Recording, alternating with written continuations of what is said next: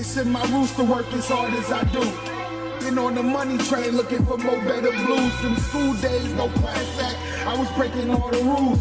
Life's a boomerang and I had nothing to lose. Another boy in the hood is how it come across. I feel like Dr. Doolittle, but the money talks. They yelling he got game, I'm not the wonder ball. This just some fresh soul food for every one of y'all.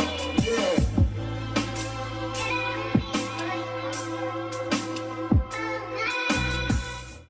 Yo, welcome back for another episode of Cornbread Movie Review.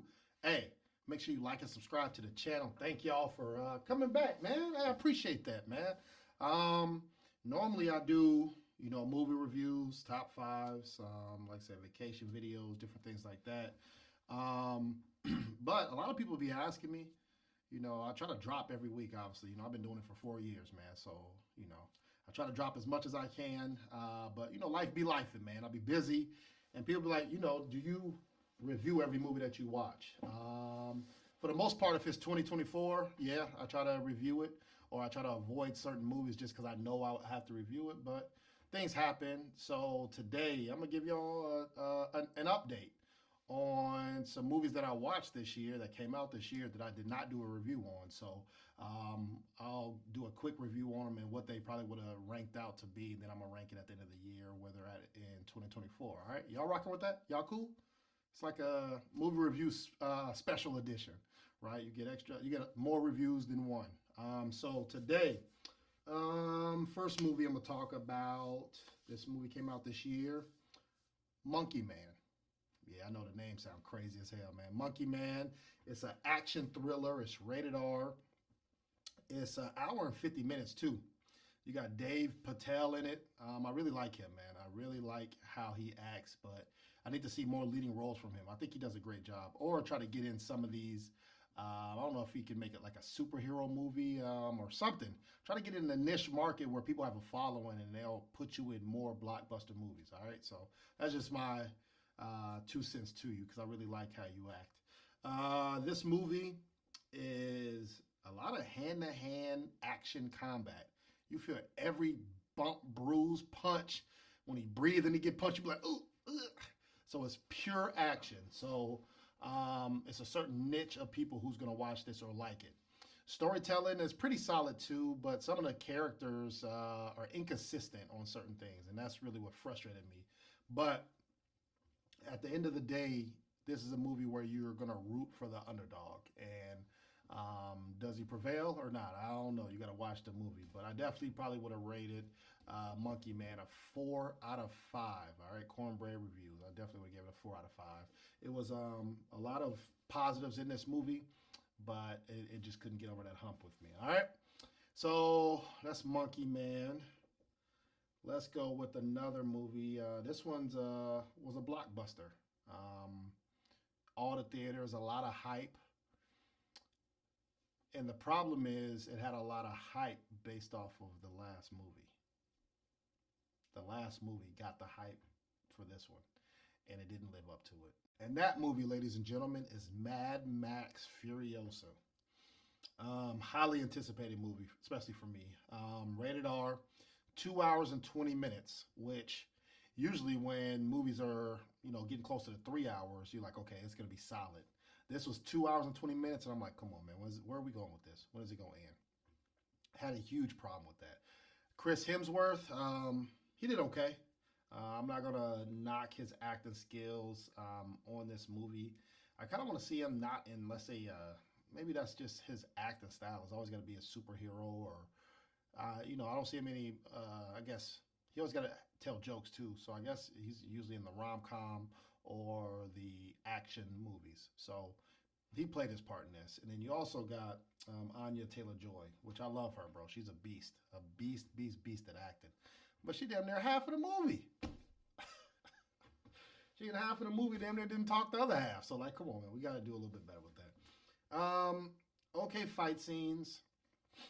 The cinematography, which, the last Mad Max won a lot of awards. I think they were chasing that, right? And they did not live up to it. A lot of green screen, just stuff that just, it's like y'all just making up stuff. I don't know, man. I really liked Mad Max was at Fury Road, and this one did not live up to it. Some of the storytelling, so since it is a prequel, the storytelling they had a lot to work with. So some of the things that happened made sense for the future Mad Max. So I did appreciate that, but you had a whole plethora of funding behind you, hype behind you. You had support too, and y'all did not live up to it, man. So I would have beat this movie up. So for me, Cornbread is going to get a 3 out of 5. Yes, 3 out of 5. Once again, I can't be bought just because you put a lot of money or hype behind something. No, every category you have to knock it out the park, and this movie did not. It was underwhelming. All right. Next movie. Let's do one for the kiddos. And that movie came out this year as well, and it's Kung Fu Panda 4. Yes, that's also out as well. It's PG. It's an hour and 30 minutes. Jack Black comes back as Panda doing his thing. I really like a lot of the characters, solid actors in their voice. So great job. I think a lot of the budget went to obviously the visuals because it is a cartoon, but finding the actors too to portray these characters. And then some of the love characters came with the fourth movie, but not all of them, and that's kind of what it sucked too. I have high hopes, man. Ever since the first Kung Fu Panda, I think I told this story before, where I used to go to movies. I try to double them up sometimes, so don't tell nobody. But I would go to movies early, right? If let's say the movie started at 5, I would show up to the theater like 4:15. So usually they wouldn't let you in, but sometimes they did. So when they did, I'd be like, all right, cool. I got 30 minutes. I really don't want to see this movie, but let me go see the first 30 minutes, right? Just to say, hey, I might double back and watch it. And Kung Fu Panda was one of those movies I snuck into to watch and wait for my other movie. And I watched the whole movie. That's how good Kung Fu Panda was to me, the first one. So it's always been a place right here of no, this franchise um, stuck out to me. And just over time, I don't know if they're just living, off their laurels with that, but they're trying. So it was a couple jokes. It was pretty funny, but it's kid friendly as always. But they do a lot of callbacks sometimes, which was great.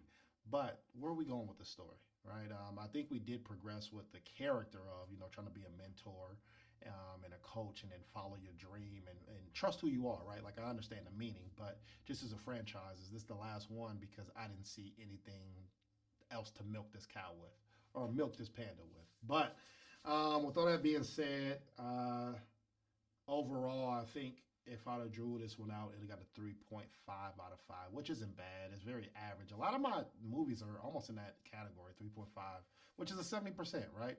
That's as most average as you can get. So Kung Fu Panda 4, and that was another thing too. It wasn't in 3D, which let's say the first one was built for 3D. I don't know if they either the theater that I went to didn't have it, or maybe they don't offer it, or maybe they just didn't film it for 3D. But some of the visuals when they were moving was grainy. Like this is the area, like the editing was a little bit off too. So that's just me. I just pay attention to stuff like that. So Kung Fu Panda 4 gets a 3.5 out of 5. You got Monkey Man gets a 4 out of 5, and then you got Furiosa gets a 3 out of 5. Yeah, one more. I'll give you a TV series because I drop TV series too. This is one that I usually don't do reviews on because it's my happy time. It's my happy place, man.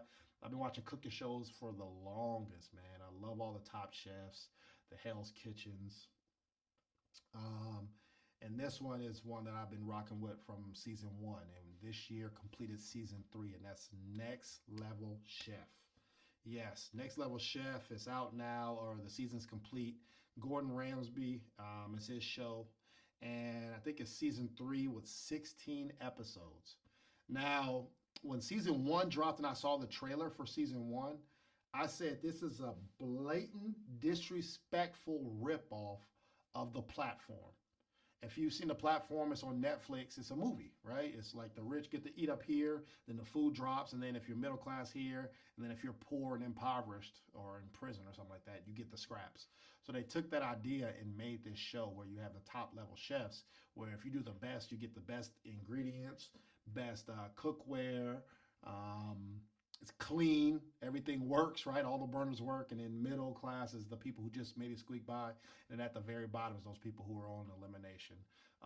But just because you're at the bottom doesn't mean that you can't produce the best dish and win, right? And every episode, it fluctuates between who's where based off of their performance. So that's another series that I watch religiously. Like I said, it got 3 seasons, and I'm excited for season 4, and that's Next Level Chef. So that's 4 things that I watched this year that I didn't do a review on, but it's all in one. Hopefully y'all like that. Tell me some shows that y'all have watched or movies that you watched that maybe I need to review. But you got to check my other reviews too. I had somebody tell me, did you do a review on this? Yeah, I did a review on it. You gotta subscribe and watch. So thank y'all out there. I love y'all, and I'll be back again next week. Holla at your boy. Peace.